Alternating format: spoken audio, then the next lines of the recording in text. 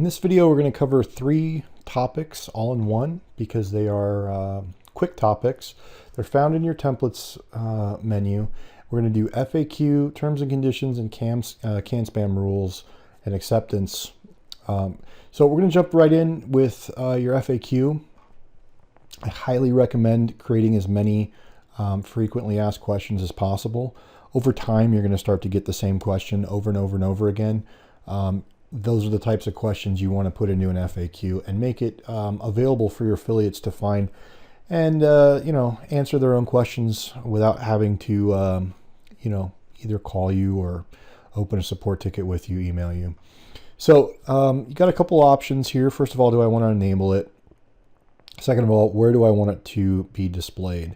You'll see the first option here is display only to logged in affiliates. Now, if I come over here to my affiliate control panel, what that means is I can find it here in my account FAQ. That's where I'm going to find the FAQ when it's only available to the logged in affiliates. Now, if I say instead to display to public, now over in my affiliate control panel, you'll notice I have a new button that popped up here. It's gone from here because it's up here. And I no longer have to be logged in to actually see the FAQ. Anyone in the public can see the FAQ. So it's up to you where you want to display it, whether it's to the public or hidden in the account for people who are logged in.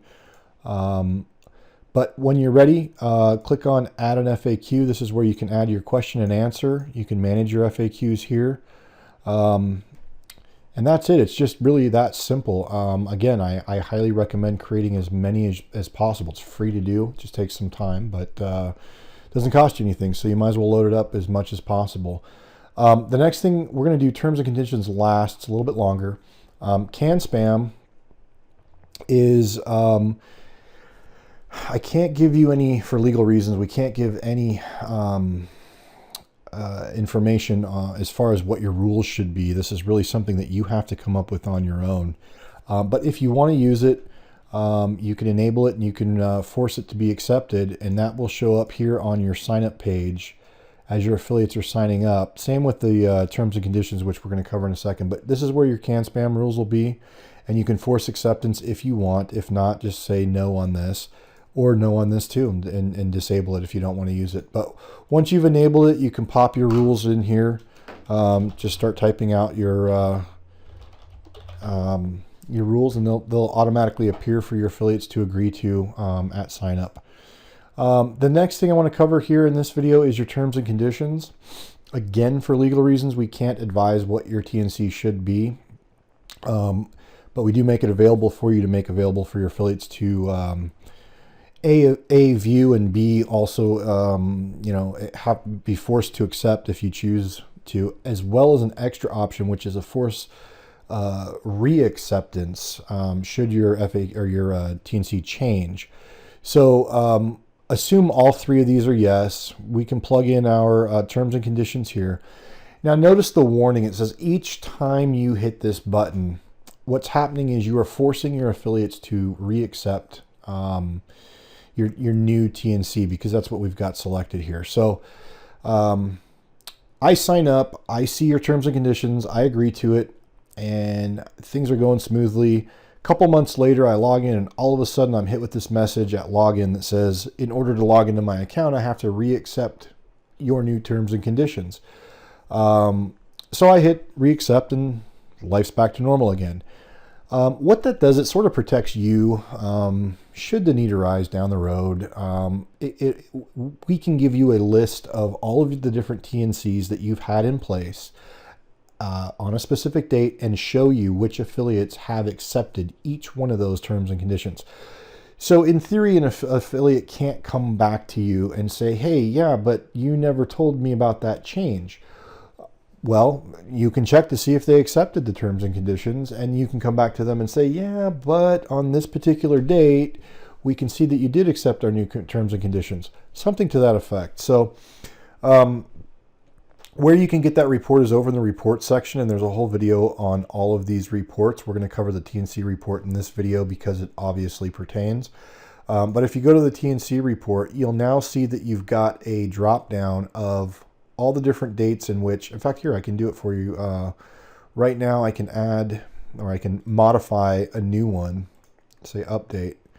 Now, if I come over here to the TNC report, you'll see a new one has come in. This is from mine right now. But I'm going to pick one that actually has some data. I think this one has it. Right.